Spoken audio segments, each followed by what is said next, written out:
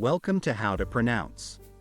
In today's video, we'll be focusing on a new word that you might find challenging or intriguing.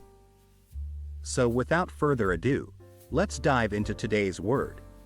Chameleon, which means a lizard that changes color to match its background, or a person who easily adapts to new situations and environments.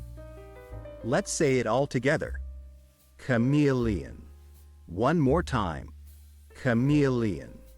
Now let's split the word into syllables and then pronounce each syllable one by one. Cha, me, le, on.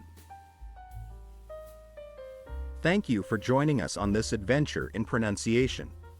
Remember, language is a journey, not a destination. Keep exploring, experimenting, and expanding your linguistic horizons. We'll see you next time.